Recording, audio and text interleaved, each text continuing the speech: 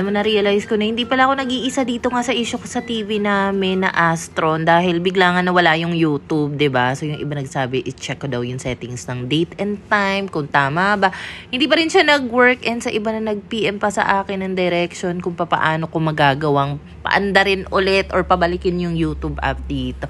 Thank you. Ita-try namin yan next. Pasensya na rin pala kung madalas late na talaga ako makapag-upload ng vlog. Almost midnight na. Talagang gusto ko lang maihabol siya ng upload bago ako matulog. And alam nyo naman, sa dami ng ginagawa ko talaga, usually sa gabi lang talaga ako nababakante para makapag-edit, mag-voice over. Nalingat nga lang ako saglit dito sa bago naming hammock. Itong si Ko, umakyat na naman dito sa ladder namin. Trip na trip kasi nila ni Pinky umakyat dyan. So, kaya nandyan yung ladder dahil inilipat ko kasi yung solar panel ng aming string light. Yung dati kasi nakalaylay lang yung solar panel. So, ang ginawa ko, nilipat ko na siya sa ibabaw ng bubong para talagang mas tumagal yung ilaw nga nitong solar light namin na string light sa gabi. Hindi pala akong bago natanggap dito na hammock or duyan. Nakakatuwa. Ang ganda-ganda niya talaga. And presko kasi yung ganito dahil kita mo naman halos tali lang talaga siya. So presko siya lalo na sa likod area. And dito ko talaga siya gustong ipwesto kasi ang ganda ng view niya. Yung tipong nakaharap ka lang dyan sa mga puno. I think maliban sa color white, may color green din yata na ganitong hammock. Basta ang ganda niya talaga. At saka included na yung tali niya. So wala ka na talagang kakailanganing iba pa. Itatali mo na lang talaga siya sa bubong or kung saan mang pwede. Basta make sure lang na ayusin nyo talaga yung pagkakatali nyo. So, ako lang din naman yung nagtali nito sa taas. And ayoko talaga ng sobrang angat yung duyan sa hig. So, okay na sa amin yung ganyan. Anyway, if in case naman na magbago yung isip namin, pwede naming iangat pa yung hammock na yan. Papa nga ang unang nag-testing nito para magkaalaman ko talagang matibay siya. Kasi nung una nag-aalangan siya na baka daw hindi kayanin kami, yung mga bata. Okay naman. Si Koa naman, aka Wednesday, pag yan ang suot niyang black dress, gusto niya, suot niya rin yung pinagliitang school shoes ng ate niya at siya nga daw si Wednesday. So, ayun nga, siniset up pa lang namin tong duyan. Excited na nga yan si Koa. Kaso, syempre naninibago pa ako. So, hindi ko pa alam kung paano yung tamang paglalapag ba sa kanila dito. Noon ko pa talaga gustong magkaroon ng ganitong hammock, duyan. Kaso, ang iniisip ko naman dati, doon sa apartment, saan ko naman siya ipupwesto? Kaya talagang, nung lumipat kami dito, ayan, na-achieve na nga talaga natin. Kasi bago pa may mag-comment na maganda maglagay ng duyan dyan, as ina, sa isip ko na talaga yan na parang gusto ko ma-achieve magkaroon ng duyan dito dahil sayang yung view. So anyway, mga 3:00 nga pala ito ng hapon, nakaligo na rin kami mag-iina and aalis kami. Punta kami ng Batelec office. Wala kasi kami natanggap na bill. Naalala ko kasi ang sabi ng landlady ko, middle of the month yung due date ng Batelec dito. So, ayoko naman maputulan ng kuryente. So, nakapagbayad din naman kami. Mabilis lang. Yung binayaran ko nasa around 361. And I'm not sure kung yun ba ay for this month na ba? Pero nung chinek ko yung bill na nakalagay April pa. Well, anyway, eto na nga pala. Kumain lang kami saglit sa may Chowking. And then, naglakad-lakad lang din kami. Dito nga kami napadpad sa may night market. Dumaan kami dito sa bilihan ng prutasan dahil si Koa, mahilig yan sa prutas. Kapag nasa bahay kami, naubusan kami ng prutas. Maya-maya yan, Mommy, can you buy me fruits? Can you buy me grapes? Ganon. So, binilang ko na siya ng iba't ibang prutas niya. Si Pinky kasi hindi talaga siya mahilig unless pipilitin mo talaga siyang kumain. So, dito naman, nag-request si Papa na bumili daw ako ng mga mackerel niya, sardinas. Hindi kasi siya makasama. Gawa ng nananakit nga yung paa. Supposedly nga, asikasuhin niya sana yung senior ID niya na registration kinemberlo sa malapit na munisipyo dito. Kaso, paano nga makakaalis? Nanakit nga yung paa. So, anyway, pumuha na rin ako dito ng kape dahil halos wala nang laman yung mga kapihan namin doon sa coffee cabinet. Taray! And then, kumuha na rin ako ng iilang dilata dito. Pang stocks ba? Kasi pag nag-grocery kami, bihirang-bihira mo talaga ako mapabili ng mga karne, yung maramihang karne, isda. Mas gusto ko sa palengke kasi siya binibili. So, yung mga pang stocks lang talaga yung binibili ko dito sa grocery.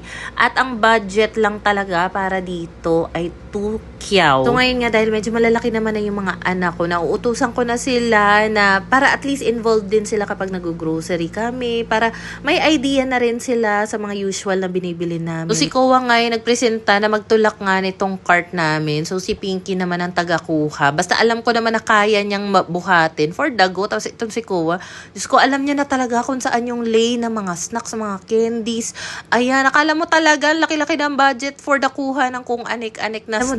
Dati, talagang natakot ako na umalis ng bahay kasama yung 2 bagets ng kami-kami lang. Kasi feeling ko hindi ko kakayanin. But nag-iiba rin talaga, lalo na kapag lumalaki na yung mga anak natin. Kasi mas na-enjoy ko na nga siya for as long as hindi magpapakarga itong si Kowa, ha. Kasi, ayun nga, parang meron ka ng instant companion sa mga gala mo, kahit mga simpleng errands, nasasama mo sila. Ang lakas lang din talaga ng loob kung umalis kanina na ang cash lang namin, 15.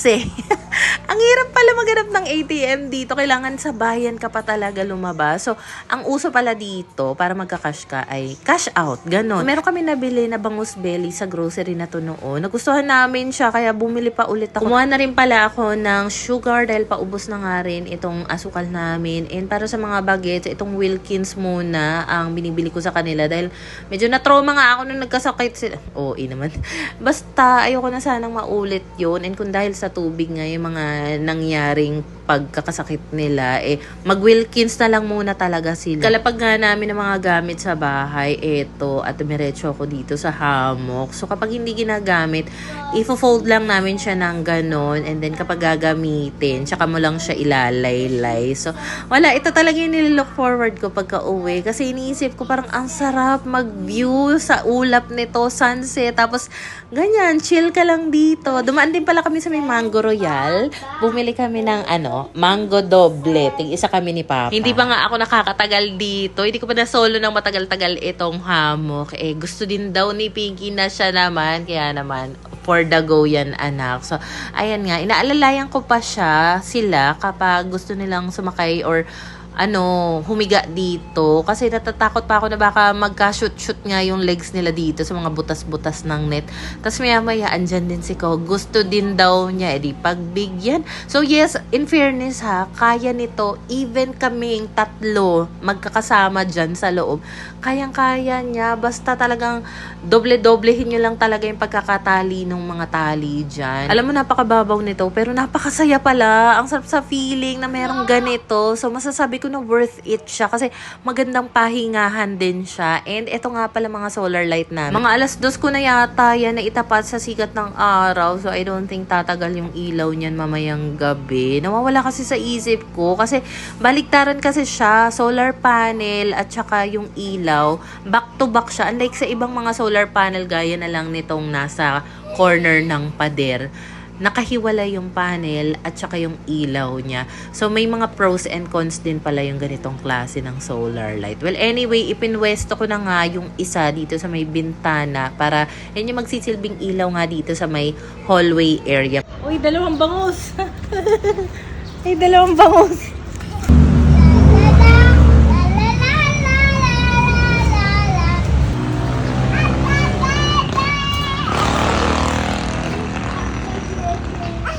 So, dahil pa sunset na nga talaga, ayan at pumwesto na rin ako dito sa duyan namin. And ang ganda talaga ng ulap dito. Maganda rin pala tumingin-tingin sa ulap, lalo na kapag after a long day of work, lalo na kapag marami kang iniisip, pagod ka, tingin ka lang sa ulap, kahit pa paano marerelax ka talaga.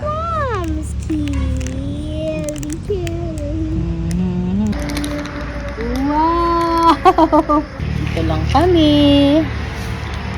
Ang sarap dito tumambay sa hammock. Ayun nga si Kowa, oh. Kayang-kaya kaming 3 kahit si Pinky kanina. Nakakainis naman itong buko, pangit. Well, anyway, ayan. Tuwan-tuwa si Kowa kasi bigla daw nagbukas to. Ang relaxing dito.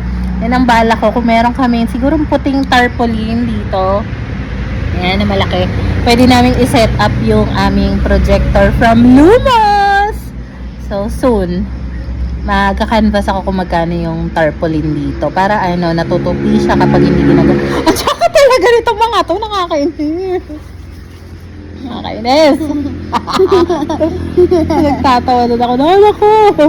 Habang nakatambay nga kami ni Ikowa sa hammock, kumakain siya ng Skittles, tapos ako nanonood ng sa phone ko, tapos siya nakikinood din. Siguro nahilo, hala, nagsuka si Ikowa, nasukahan ako. So, ayun, dali-dali nga kaming bumango, nagpalit ng damit, naghugas na rin ng katawan, and sabi ko nga next time, wag na siyang kakain, or makikinood, manunood kapag nasa hammock. Kasi syempre, even nga sa bus, 'di ba, kapag nanonood yung bata habang nasa sasakyan na gumagalaw, ay day talaga naman, suka yan. Bago nga kami magsipasok sa loob, eto nga, at pinagbubuksan ko na rin yung mga bagong dagdag ko na solar light kasi hindi sila automatic nag-on. Pero in fairness dito sa solar na string light namin, automatic siyang nag-on, and maganda rin talaga na warm color yung pinili ko. So meron pang isang solar light na kailangang buksan, kaso nandun nga siya sa may dilim, sa pagitan ng dalawang malaking puno, kaya tinawag ko na si Papa. Sabi ko, pa, ikaw na doon na.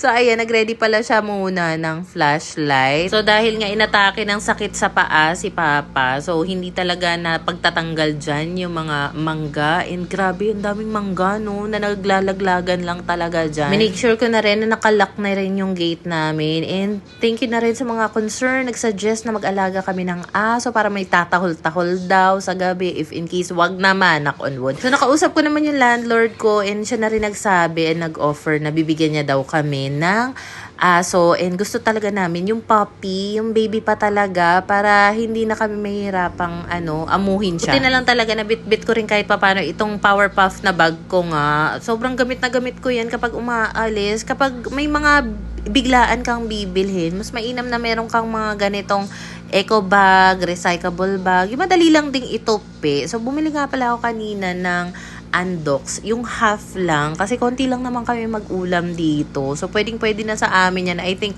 sobra-sobra pa nga yan. Then may nadaanan kaming manon na nagbebenta ng banana. Sa kanya kami bumili ng ganito karaming saging. 70 pesos lang daw yan. And pinili ko yung hindi pahinog talaga, yung mga 2 to 3 days pa bago mahinog, para naman hindi sayang. Kasi bumili rin ako dito ng apple, tapos meron pang grapes. So at least hindi naman one time na kailangang ubusin ng isang araw lang yung mga prutas, alam mo yun. And ngayon lang ako nakabili ng slice ng pakwan na pagkamura-mura.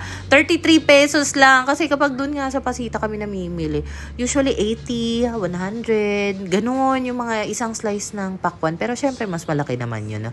And of course, ang seedless na grapes na paborito ni Kowa. So mamaya ugasan ko yan para ilalagay na lang sa ref, para in case na gusto niya, edi papakpakin niya na lang talaga yan.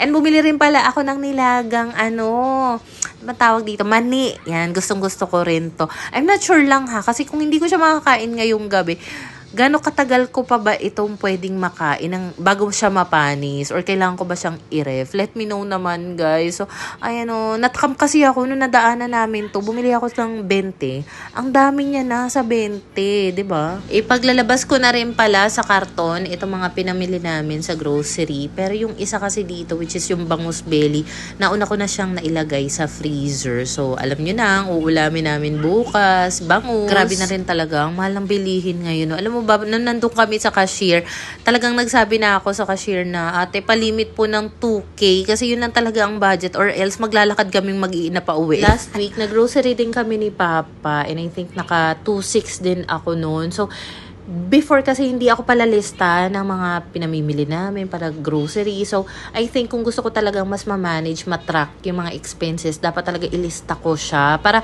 magkaroon ako ng idea kung magkano ba yung average na ginagastos namin. Dahil, di ba nga, yung pinaka-reason kaya kami nag-migrate, nag-relocate dito sa Batangas is gusto namin mas ma-lower talaga yung mga expenses namin. So, itatry ko yan. Para naman malaman ko talaga kung mas nakatipid nga ba kami dito sa paglipat or mas napamahal pa or wala ba. Pinasa ko ulit pala dito sa kwarto yung TV dahil manonood muna kami ng movie. Ayun lang naman ang chika for today.